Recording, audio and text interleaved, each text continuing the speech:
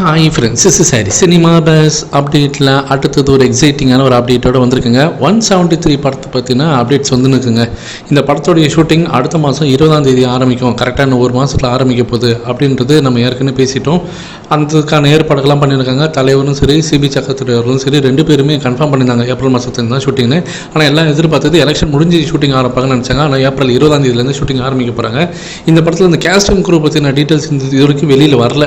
அது ரொம்ப தீவிரமாக வந்து இறங்கி வேலை செஞ்சுருக்காரு. அந்த அப்டேட்ஸ் வந்து அநேகமாக வரப்போகுது, சீக்கிரமே வரப்போகுது அப்படின்ற மாதிரி தகவல் வந்துருக்கு.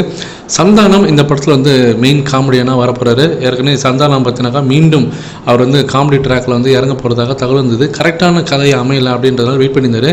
ஏற்கனவே ஜெயிலில் செகண்ட் பார்ட்டாக ஒரு சின்ன ரோல் அவருக்கு கொடுத்துருந்தாங்க. இப்போ டேரெக்டாகவே படுத்தினாக்கா இந்த படத்தில் மெயின் காமெடியனாகவே அவர் வரப்போகிறதாக தகவல் வந்திருக்கு. எஸ்.ஏ. சூர்யா அவர்கள் பார்த்தீங்கன்னா இந்த படத்தில் வில்லனாக வரப்போகிறாருங்க.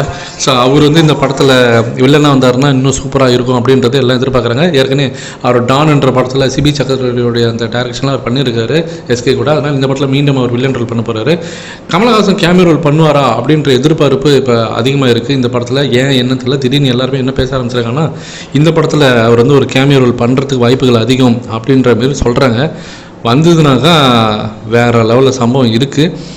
படத்தோடைய ஷூட்டிங் ஆரம்பிக்க போகிறாங்க. அதுக்கு முன்னாடி சின்னதாக ஒரு இந்த ப்ரொமோ வீடியோ ரிலீஸ் பண்ணுறதுக்கான ஒரு சின்னதாக ஒரு ஷூட் பண்ண போகிறாங்க.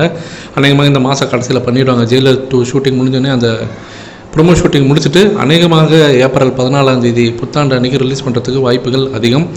அன்றைக்கி ரிலீஸோடைய அந்த ப்ரொமோஷன் ரிலீஸ், டீசர் கட் ரிலீஸோட அனௌன்ஸ்மெண்ட்டோட இந்த படத்தோடைய ஷூட்டிங் ஆரம்பிச்சிருவாங்க ஏப்ரல் 20ஆம் தேதியிலேருந்து அப்படின்ற மாதிரி தகவல் வந்துருக்கு.